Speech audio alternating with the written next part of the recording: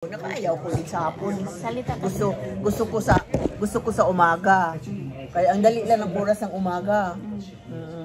Magkano bayad isang oras na? 30 nga. 30? Oo. Mahal na. Tapos Kaya, apat na oras ka. Kaya yung bahay ko, ipabakod ko yun. Nag-ano ako ngayon, ungguin kaya in-stop.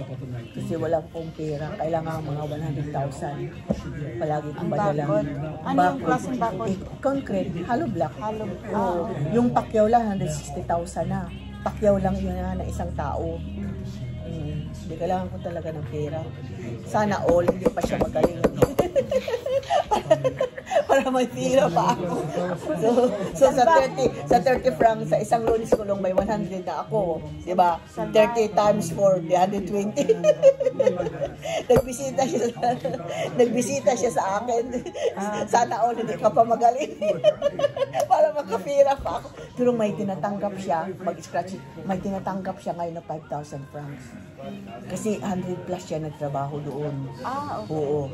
Kaya ganyan pala ang mga tao, gusto lang mag-scratches, may pira pala silang matatanggap.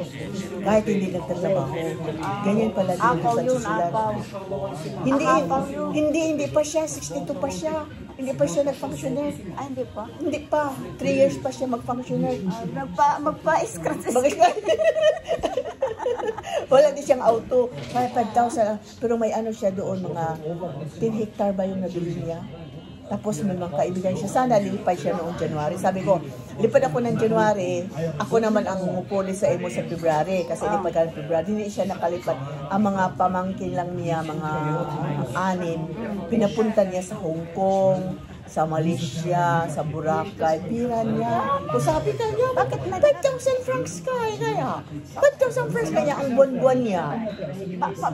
Bakit siya na-unfal ba? Hindi bumaba siya sa hagdanan niya, sa apartment niya, nadakinaas siya. Aha, natapilok. Oo, natapilok. Tapos yung bayni niya. Ang tuhod niya, natanggal yung buto. Aywan ko kasi ini-x-ray ng doktor. Ilang oras ka daw naglilinis? 3 oras na. Sa bahay niya? Ay, hindi sa bahay niya, hindi sa bahay siya nadakinas. Pero yung nililinis ko doon sa pirma. Sa pirma. Sa bahay siya na unfal, hindi sa pirma na nililinis namin. Oo. Doon siya na nadakinas sa bahay niya. Salamat siya. So, 90 na lang. Ang daldal ni ate. Ito. Saglit. Ang daldal. Ito. Pera, bayad. Ayun. Bayad. Ito yung pang-tatlo. Isa na lang. Tapos wala na. Ano natin itong 100. Lagyan, 100. Isang na lang, hulog na lang. Oo. Tapos, ang dami mo pera. Ito sa apaw ko yan. Di, kulang pa nga yan. Kulang pa yan sa bako. Yeah? Kasi sa 1,000 ko, 500 sa karyon kasi palagi kong binibigay ni Fred siya magbayad sa kapite namin. Tapos may 500 na lang ako. Ayun na, 400 na lang. Bukas mag-ano na ako ng abonement ko din, bibiro. Di 123 yun. Tumaas. 120 sana yun, 123 bayaran ko. Bukas magbayad ako din ng abonement ko. Pero pag gumaling yung Pilipina, hindi ka na maglilinis. Paglinis ako, Martes Hoybis, regular ko yun. Regular mo? Oo, regular ko yun.